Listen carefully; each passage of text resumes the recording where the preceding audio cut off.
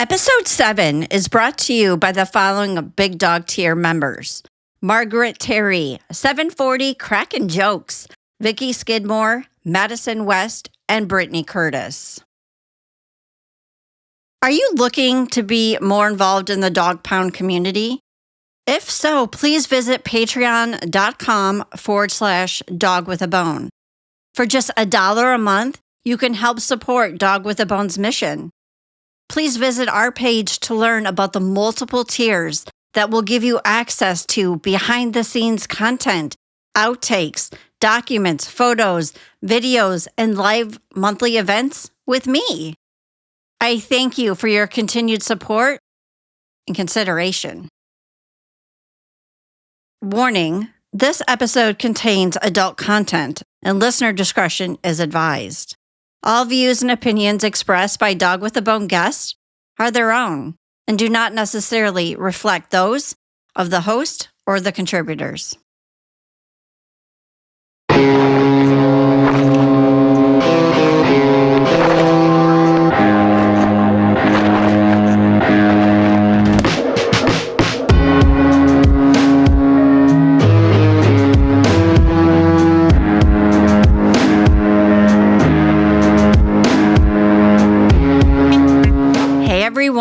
And welcome back to Dog with a Bone.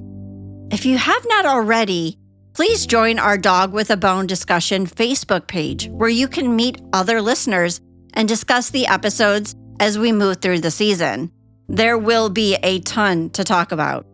Also, if you haven't already, don't forget to subscribe to Dog with a Bone on Spotify or wherever you listen so you get notified when episodes are released.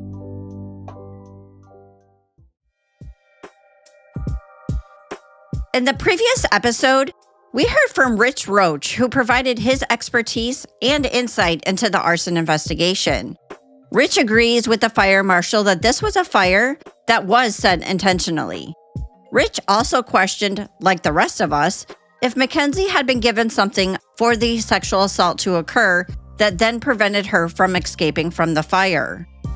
To get a better understanding of what was even happening in regards to the kids when under Marianne and Kenny's care, I wanted to dig more into the custody battle that ended up with Marianne losing custody of Mackenzie, Harrison, and Douglas.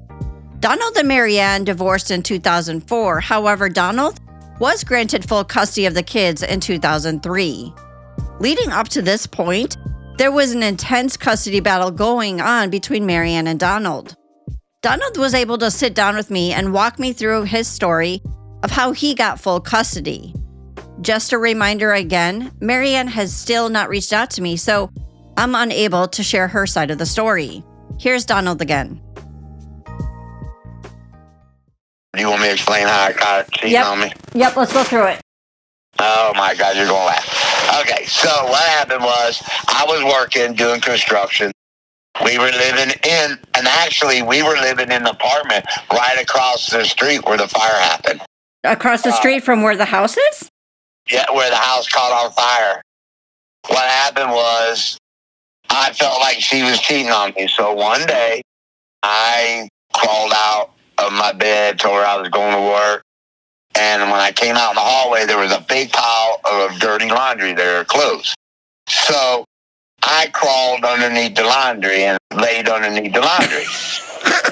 And about an hour went by, and all of a sudden there was a knock on the door. No, wait. So you were hiding underneath these clothes for an hour? Yes, because I knew something was going on. That's determination, Donald. So I hid underneath the laundry. So I could see like my front room under that laundry. So what happened was there was a knock on the door, and the next thing I know, she invites a man into my house. And they're making out and everything else, and poof, I come out of the laundry. I'm sorry. Okay, does anyone remember the movie Kindergarten Cop with Arnold Schwarzenegger? So if you haven't seen it, Arnold is a cop. He's undercover and he's a kindergarten teacher. And so he's playing around with the kids and he's at the bottom of this like pile of kids. And all of a sudden he stands up as big as he is and all these kids are like flying off of him. And this is what I think about, except for Donald is hiding underneath a bunch of dirty laundry, and then he stands up, and I can just see like all these clothes going everywhere. I'm sorry. It's just such a perfect analogy. So then the guy saw me. They left. I ended up leaving her, and I was done. I was like, I'm going to work. I went to work. Well, by the time I come back home, she already left. And she took Harrison, Mackenzie, and Jennifer. And she took them to a hotel. Let me back up for a second. So when you were hiding, the kids were there at the house?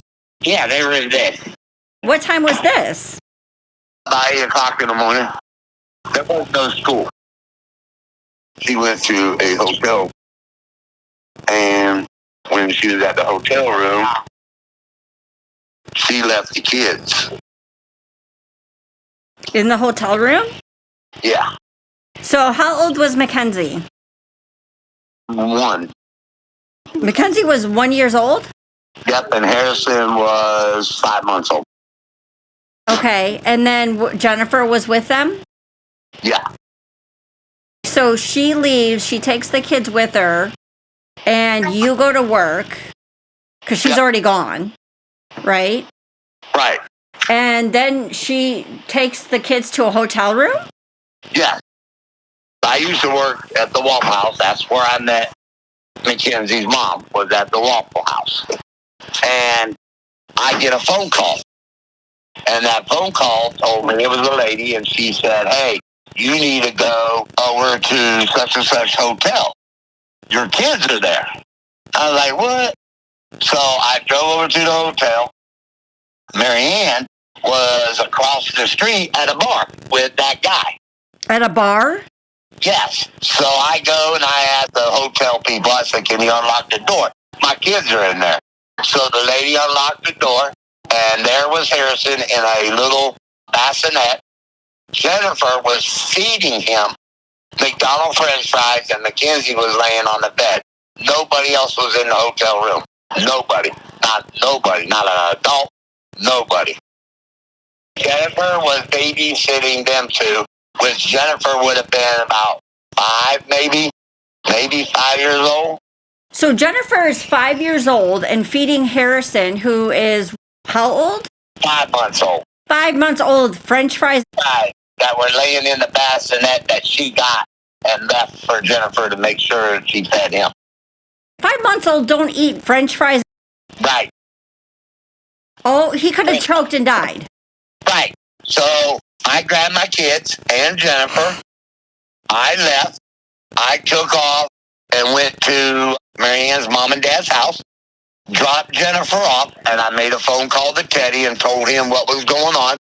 And I dropped Jennifer off because, you know, she was my stepdaughter, so I had no rights couldn't do nothing with her. Then I took my kids and we went to a shelter in Mason, Ohio. You went to like a family shelter? Yep. I went to my parents, and then they're the ones that found it. It was called Angels of something in Mason, Ohio. And I went there, and as I was there, Harrison and Mackenzie ended up getting sick real bad. Harrison was actually going to die. So I made a phone call to their mother, and that's when I first talked to her, and that was like about a week after we left the hotel, where I got them from the hotel and left. What was wrong with Harrison? They both had ammonia. I don't know if it was from being at the hotel that night or what. They probably could have got aspiration pneumonia from eating things they shouldn't be eating. It probably went down the wrong tube. So after that happened, she filed a thing with the courts to try to get custody of them. Why did she try to file custody? Because I had the kids. I took them out of the hotel and left with them. And she was afraid I was going to go to Florida, my hometown. So I go to court. And I went in custody of them. Obviously. I mean, the evidence I had. I went in custody of my kids. As I walked out of the courtroom, she found out I had a warrant for me. So I got arrested.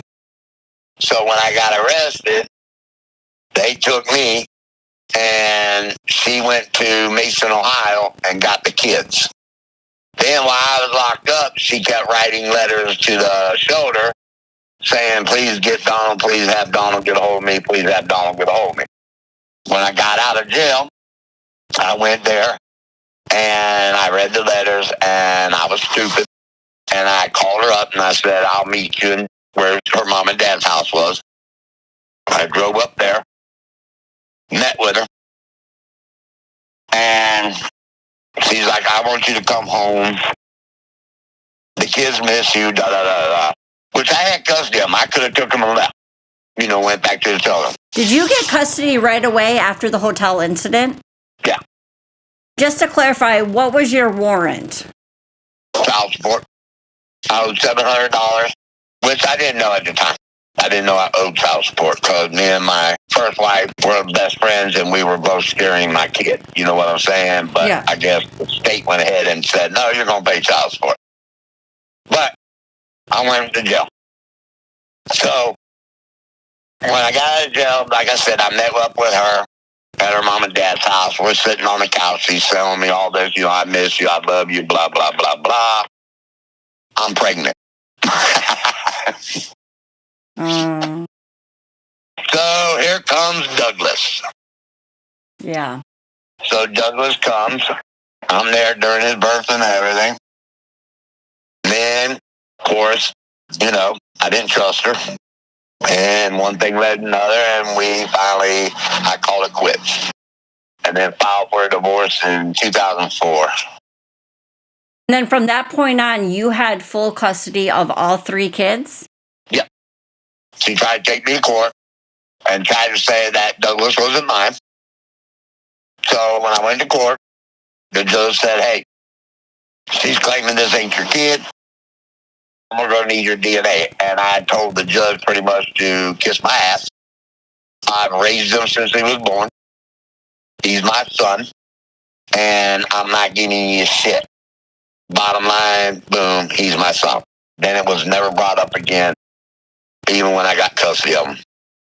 Did Marianne ever seem like she wanted kids to you? I want to say yes, because she was a good mom, like when they were born, when they were little. But with Mackenzie, when Harrison was born, things kind of changed. I don't think she was ready to be a mother. I think she still wanted to have fun. But I was going to be the dad/babysitter while I go out and party. And I did. I stayed home with my kids. Never went nowhere. So she was still partying. Oh, yeah. Oh, yeah. Oh, yeah. You and I have talked about this, that it's really difficult for moms to lose custody, not only of one child, but all 3. Normally, courts don't side with the dad. And so for her to lose custody of all 3 kids. Well, the thing of it is, we had to go to a visitation center. When the kids started getting hurt, we went to court, and I got granted custody of them. When we were there, they decided to do visitations. In the beginning, Marianne was allowed to take them home for the weekend, but she had to pick them up at the visitation center, drop them off at the visitation center. Well, then Kenny comes along.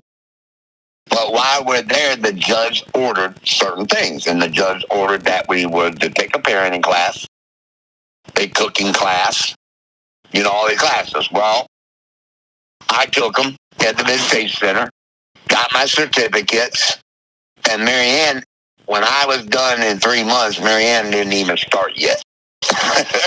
Well, that's what I'm wondering. Like, how invested was she really? Not. She really wasn't. And she really didn't pay attention to kids because when we were at the visitation center, and even the visitation people didn't even pay attention, which was the sheriff's wife, George Stanford. Mackenzie would come out of that visitation there. I would drop her off. When I dropped Mackenzie off, she weighed 60 pounds wet. When I picked her up, she was 240 pounds. That kid would put on 5 outfits and bring them to my house. Yeah. She would walk like a weeble wobble out of the visitation center. None of them knew this. None of them. Not one person at that visitation center paid attention that that kid did not look like she did when she got dropped off, including the mom. Did she ever fight for them back? Yeah. She took me to court 77 times. And not only in Fayette County, in other counties too, where she would move and then try to file for custody of the kids and still would lose in that county too.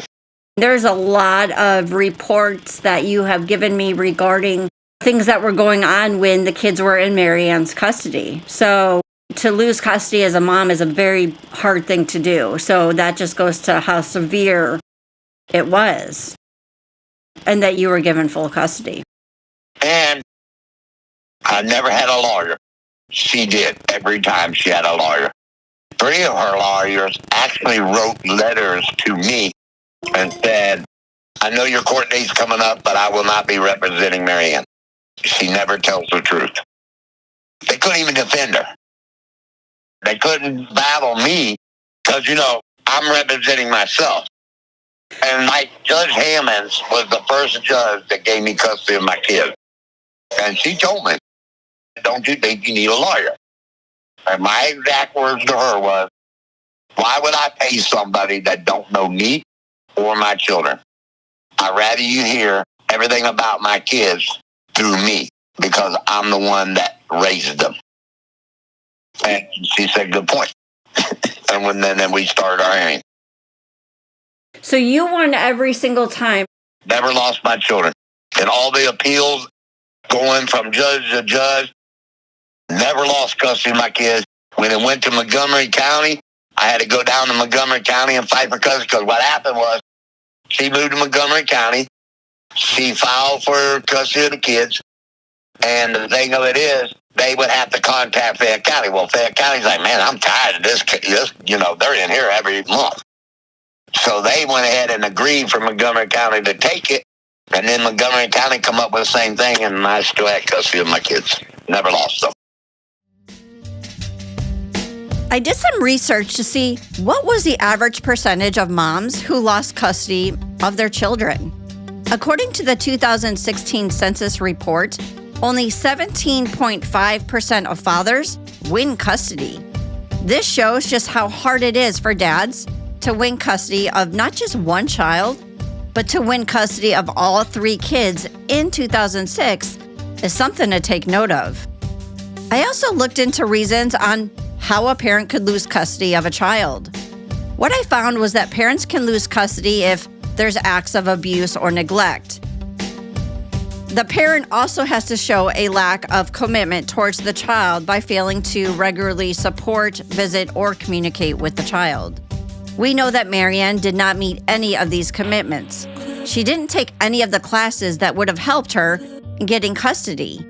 On the other hand, Donald took classes to learn about how to raise a daughter, menstrual cycles, healthy cooking, to name just a few of the classes that he took to show his commitment. Fast forward to 2006, and I mentioned this in a previous episode, that Mackenzie moved in with Mary Ann after Christmas break of 2006. The reason why she was with Mary Ann was not because Mary Ann had custody, it's because Mary Ann had talked to Mackenzie and was like, come spend time with mom, it'll be a girl time. Is that right? Her exact words. Mackenzie came to me and said, Dad, Mom wants me to come and stay with her after Christmas break. And she said, she told me that it would be girls with girls, that she was going to get Jennifer and Kenny was going to be kicked out of the house. That never happened. Jennifer never moved in and Kenny never moved out. We talked about this in the first episode. You wanted her to be happy. She loved her mom in some regard, like wanting to believe her mom, right? She's probably just so deprived of that mother attention that when mom was going to pay her attention, she was going to take it. So she took it and she stayed with her, during the week and would go to you on the weekends? She would stay with her mom. The boys stayed with me. we will alternate weekends. Like the boys would go to their mom's house on the weekend and spend the weekend with Mackenzie. The following weekend, Mackenzie would come to my house and spend with the boys at my house on the weekend. So the weekend that this happened, that Mackenzie was murdered, that was going to be your weekend, right? Yes. And then the couple of days before the murder, Mackenzie stopped calling you at night. Yep. Every night she would call me. She would tell me, I love you. And then we would do the now you lay me down to sleep prayer. And that would be the end of our, phone conversation every night. On Tuesday night and Wednesday night, I never got a phone call from her. So you never heard from her those 2 nights, which is unusual. Right. The next phone call that I actually got was from Marianne. And Marianne called me and said, hey, can the boys come and spend the night? And also I need $45. And I said, for what? She said, I want to pay for Mackenzie's school pictures. And I said, the boys have a baseball game the next day. I'll be in Jeffersonville. I will give you the money for the pictures, but I'm not letting the boys spend the night because they got school Friday morning. And she said, okay, whatever. Wait, hold on a minute. What night was that she did that, called you? The night my daughter died. That was that night? Yeah. She wanted the boys to spend the night that night. Do you know what time she called you? Yeah, around about 4 or 5 o'clock in the evening. So before they went to the bar? Yeah. Did you talk to Mackenzie then? Nope. Was that unusual for her to call you and ask to have the boys come? Yep. Never happened ever. Ever. Ever, never, ever. Did she say why she wanted the boys to come Thursday night? Nope. No. Never explained why. Never. Nothing. Absolutely, there was nothing. She just wanted the boys to spend the night that night. And the next thing I know, there's a fire. I wonder why that night she decided to call you and ask to have the boys spend the night. And she wasn't even going to be home. They were out at the bar. Don't know. And she's never done that before. Called early and said, hey, bring the boys. She never said to you, hey, we're having some kind of dinner tonight. Can the boys come over tonight? Nope. She asked for $45 and if the boys could spend the night. That was the whole conversation. Did she seem weird to you at all? I don't know. She's weird. And then one other thing, though, I'll never forget, and this is the God's honest truth, and I know it's on the transcript because one of the ladies that worked for the courthouse said, I can't believe that was said. And then when Mackenzie was killed, she remembered what the mother said. And Marianne's exact words to me was, if I don't get these kids, you'll never have them. In the court hearing, that was a few months before, and that's when I had a conversation with my mom. Because I said, wow, Marianne, a few months, Mom, and during one of my court hearings said, if she don't get the kids, I will never have them. And then she called that Thursday and wanted the boys to spend the night.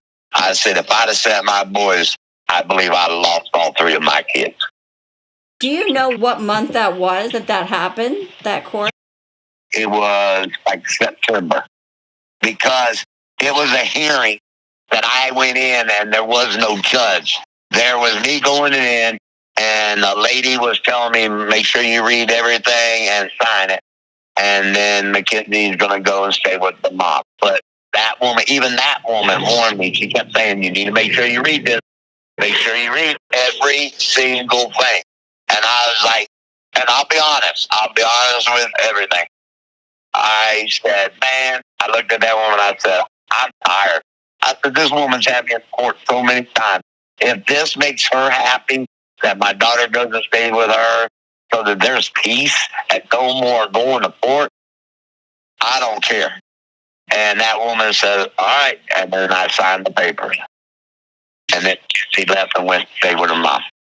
I was just tired. I was drained. I was in court every 3 months for years, after year, after year, after year, county after county. You're talking maybe in September, she made this kind of threat to you. Her making that comment, and then what happened, I think that was the whole plan. I think she was going to take my kids. What's the end game? What would even be her motive? She couldn't win in a court. She couldn't win what she wanted. Can you imagine how this must feel for Donald? Receiving this call from Marianne, which she's never did before, asking if the boys can come spend the night. Why? What was the purpose in having them come spend the night? They weren't even home. Donald continues to wonder, with good reason, if he would have said yes, would he have lost all 3 of his kids that night? Donald then goes on to share another account of an incident that happened with Harrison when he was an infant. When my son, Harrison, was 29 days old, in the middle of the night, I got woke up by my son screaming, and supposedly she spilled bowl of water all over him. And he got burned with 2nd and 3rd degree burns. Wow. That's what I said. It's like every time they've been hurt, and I have all the medical records, it was in the care of the mother.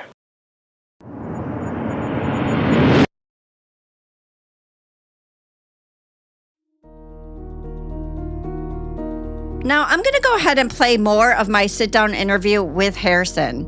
Harrison opens up and shares the abuse experienced by all 3 kids when staying at Marianne and Kenny's house. Remember, Harrison and I are sitting outside so he can smoke to help him get comfortable. This is why you're going to hear birds and trucks going by. It's not easy to talk about the abuse that you suffered for the masses to listen to, but I do want you to hear his voice. It is powerful to finally be heard. For Mackenzie's voice to also be heard through Harrison. There is something so powerful about finally being heard and being able to tell your truth. Do you think that she protected you guys? Oh, yeah. For the longest time, Mackenzie, I hate to say it, but Mackenzie was our voice. She was the one that would come forward to our counselors and be like, look, this is what's going on with us. Me and Dougie, we hid most of that. We kept it in, just dealt with it. Mackenzie was the one that let it out. She was the one that said, hey, look, y'all, I know this is what's going on with us. This is how it is. I know how Mom's boyfriend Kenny is with us. I'll speak on it, type to this counselor and all this. That was just Mackenzie. Mackenzie was the one that let everything out when she could. So she was telling people what was going on? Oh, yeah. Mackenzie knew. She knew what we were going through. Mackenzie did speak to counselors and reported what was happening to her and her brothers to Child Protective Services. Unfortunately, nothing ever came of it in regards to criminal charges being filed. So what would you do at your mom's? We would go to my mom's house, and my mom looked at there used to be a cafe there in jail, and my mom would look there, so we would most of the time just go down and hang out at my grandma's and grandpa's house with our nephews and all of them and stay down there till either my mom got off work or we wait till it's time for us to go to bed, and then we would go back to my mom's and go to bed. Because when we go to my mom's, she would be at work, so there wouldn't be no one there to make us food or nothing. Kenny would be there watching us, and most of the time we was in trouble or anything with him, so we would literally normally, like if we was hungry and stuff, we would go to the back door where my mom worked at the cafe, and she would give us stuff to eat on, and then we would go back right down to our grandma's and grandpa's and stay there till she got off work. Did she work during the day? She would work half, like in the middle of the day till night time. What time do you think she would get off? Before bed? It was normally sometimes before we would go to bed. You're there to spend time with your mom Yes. for the weekend, but she's working. Yes. So you're really in other people's custody. Yes. So you would go there, and Kenny's there, and Kenny didn't take care of you. No. He never made you guys food. He No. didn't spend time with you. You No. didn't do fun things. No. What happened when you were with Kenny? Most of the time, like I said, we was in trouble. So For what? anything, like we would come in and we'd be automatically in trouble with him. Like that's just how he was. He was that type of person. It don't matter. He was an alcoholic, so I guess he just hated the world. How I would put it. So, like, give me an example of something you got in trouble for that you could remember. Anything. I mean, I know multiple times we would ask for like us three if we wanted something to drink. I don't care if it was a glass of tea, anything, cup of water, whatever. Like even if we would ask Kenny or if my mom would be there and we would ask my mom, they would be like, yeah, you guys can. Then we would go get something to drink. And then they find out, he would find out, like Mackenzie would get something to drink. And he would wig out, flip out, cuss her out, punish her, just because she also went and got something to drink while we did. So you'd ask your mom for something to drink. Yes. Mom, I'm here. I want something to drink. You or Douglas. Yes. You went to go get something, and Mackenzie thinking, since my brother's got something to drink, I mean, why do you even have to ask for something to drink? Well, see, the thing is, like, with my mom's, at their house, the only thing you could literally find, I ain't even joking you, the only thing you could literally find in the refrigerator was alcohol, milk, and tea. So you didn't have a lot of food? No. No snacks, no. cereal? No.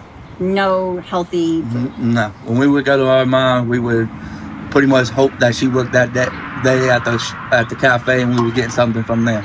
Really? Or we would go down there, like I said, with my grandma or grandpa's, and that's where we mostly would snack, eat, and have our childhood freedom. So you didn't even have that freedom with your mom. So you would go get something to drink, Mackenzie would go, and then Kenny would punish her? Yep. For what? What Just getting something to drink. What did he expect her to do? Why couldn't she get something to drink? What was the issue? What would he do to her?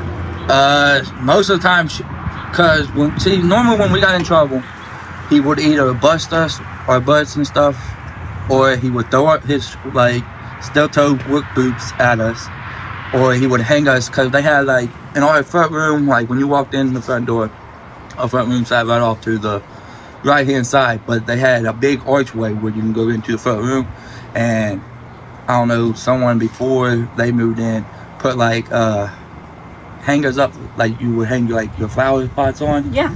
They had them on both sides of the walk-in way, and he would hang us by our belt loops up on it. And I'm not talking for 10 minutes. He would hang us there for hours. Hours? And to the point, he did it one time with all four of us. And Jennifer was a little heavier set, to the point that her belt buckle actually broke, and she fell to the floor. Take a moment and visualize this. Harrison remembers Kenny hanging all three of the kids by their belt loops for hours. Hours, everyone.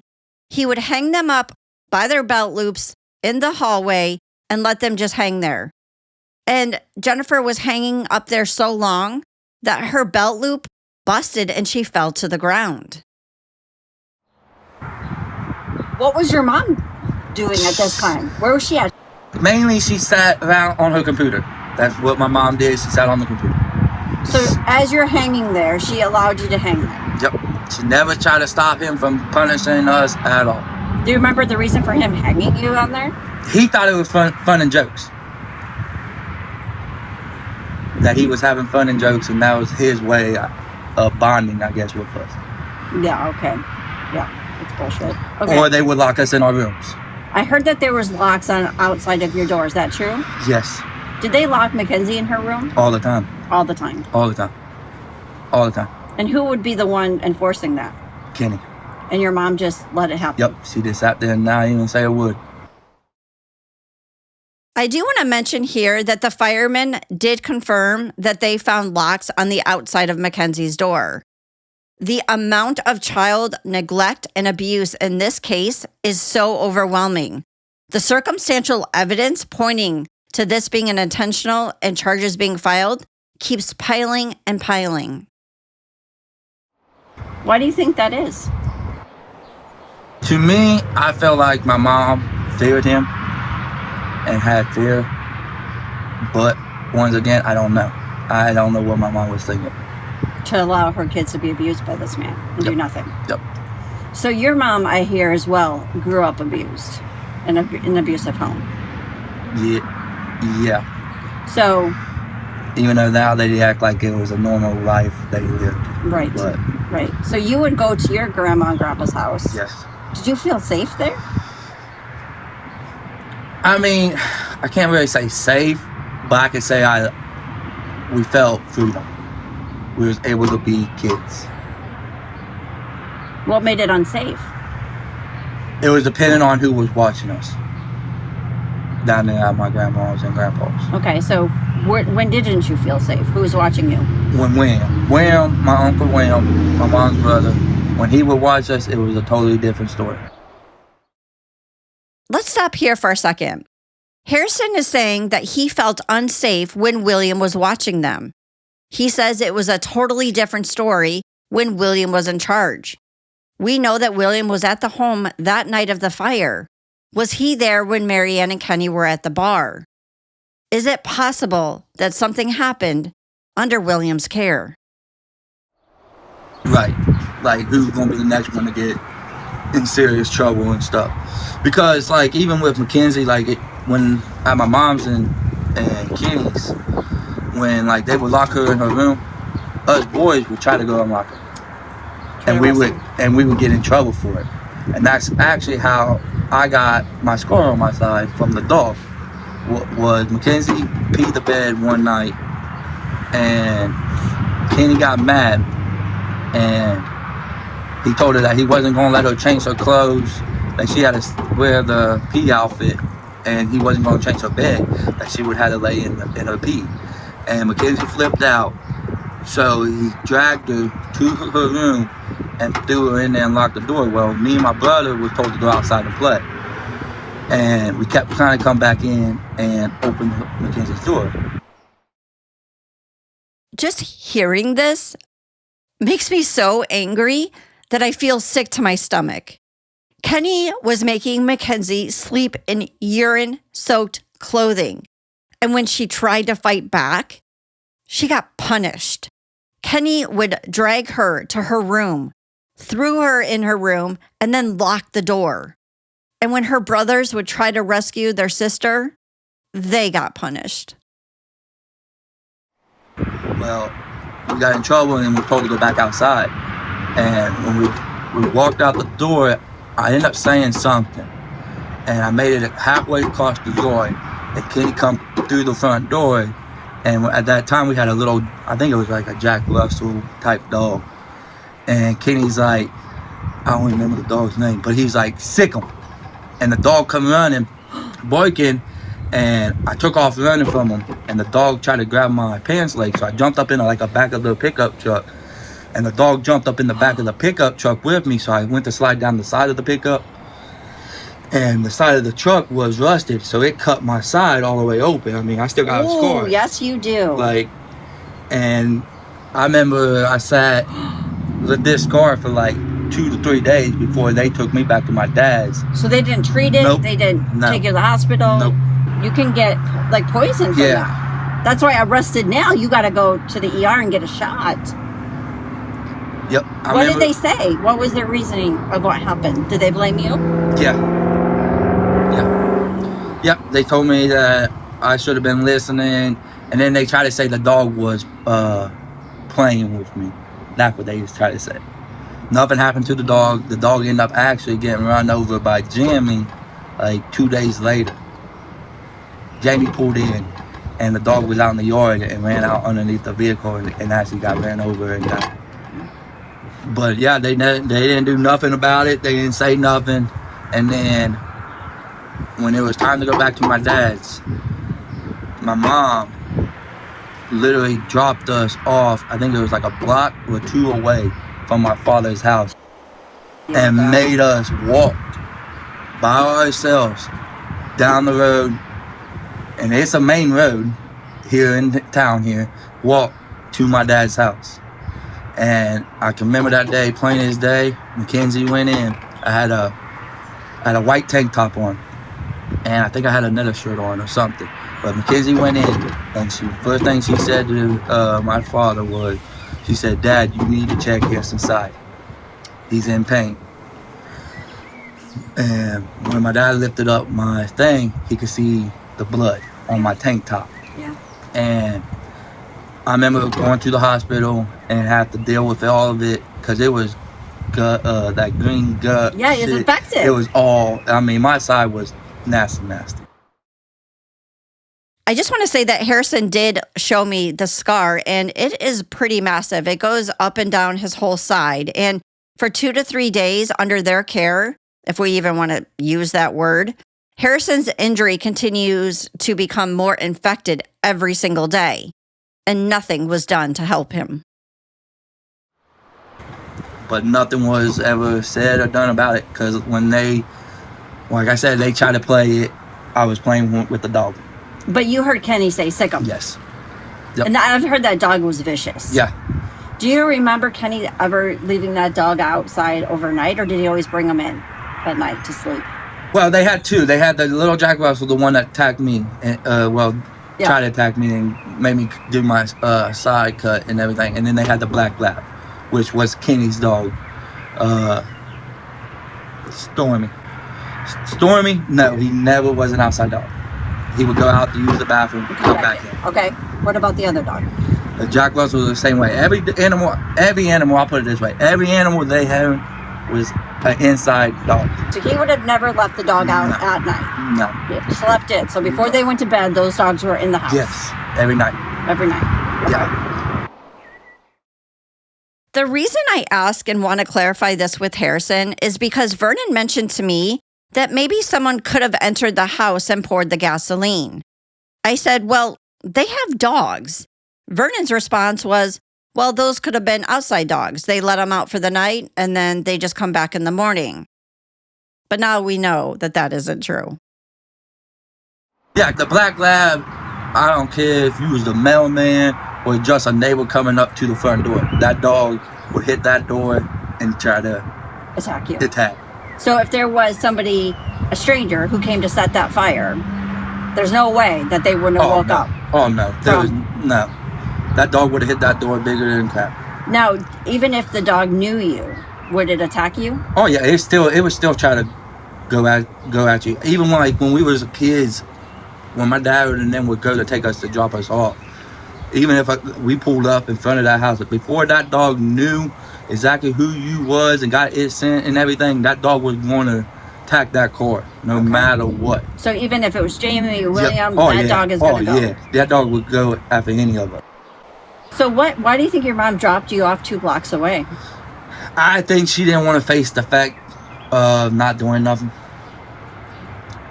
And it looking bad on her. Mm-hmm. That, hey, you know, she can sit there and say, hey, I fear for my life over their father and all this, but I think she more feared what was going to happen to her for what happened to me. Right. Like your dad was going to... He was going to flip out. Yeah. And she didn't want to deal with that. Yeah. Right. Because she knew. Oh, yeah. It got to the point that she stopped even bringing us. She would have Kenny come and drop us off. She wouldn't even come. So, did you want to go to your mom's? No. I'll be the first to say no. No. I've never, in my 26 years of my life now, had a bomb rig with my mom. So when Sheriff Vernon says that there's reports that you all liked your mom, you wanted to be with your mom, you wanted to go spend time with your mom, what's your response to that? He's a liar. I say he's a liar. And you remember, it's not like you're recalling these things like it was yesterday. So you clearly remember what happened. Oh yeah, I remember everything that happened, and well, me and my brother and every one of us been through. You do remember. It's likely that your mom could have given you stuff to sleep to knock you out. Oh yeah. So she could leave. Oh yeah. So does it surprise you that Mackenzie was left alone and they were at the bar? No. Would Jamie be watching them?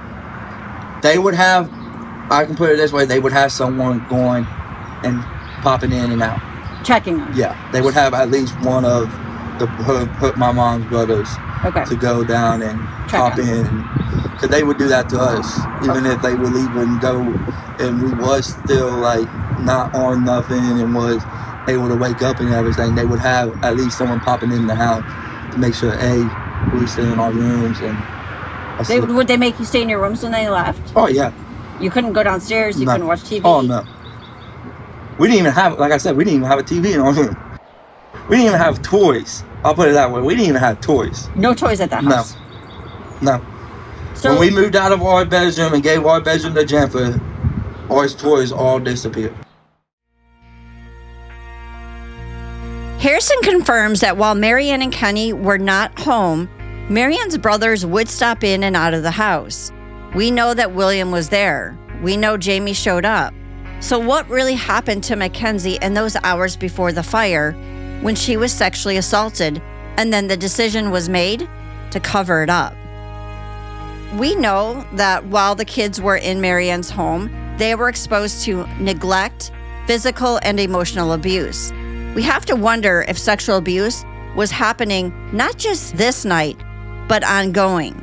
Mackenzie had chronic UTIs and wetting the bed, which can be indicators of sexual abuse. Donald has multiple doctors and children's services reports of having taken Mackenzie to the doctors after having spent time at Marianne's house. This left me wondering if Kenny had a history of past abuse, and was this a pattern of behavior for him? I think it's now time to dig into Kenny.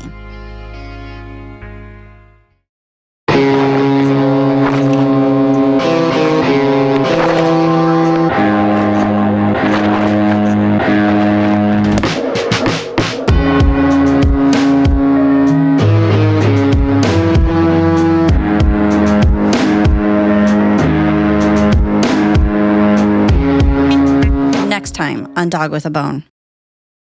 So, another little story about these horses is, he asked me if I'd help him put up this electric fence. And I said, yeah, I'll help you. So we're putting up this electric fence, and at some point in time, the fence was originally off. Well, at some point in time, he turned it on while it was in my hands. No. Dog with a Bone is hosted by Melissa Sandberg. Investigated, produced, and written by Melissa Sandberg. Additional writing by Caitlin Sandberg. Edited by Jason Sandberg. Mixed and mastered by Morrow Mixing and Mastering. Theme music by Alex Yukich. Dog with a Bone is a Sasquatch production.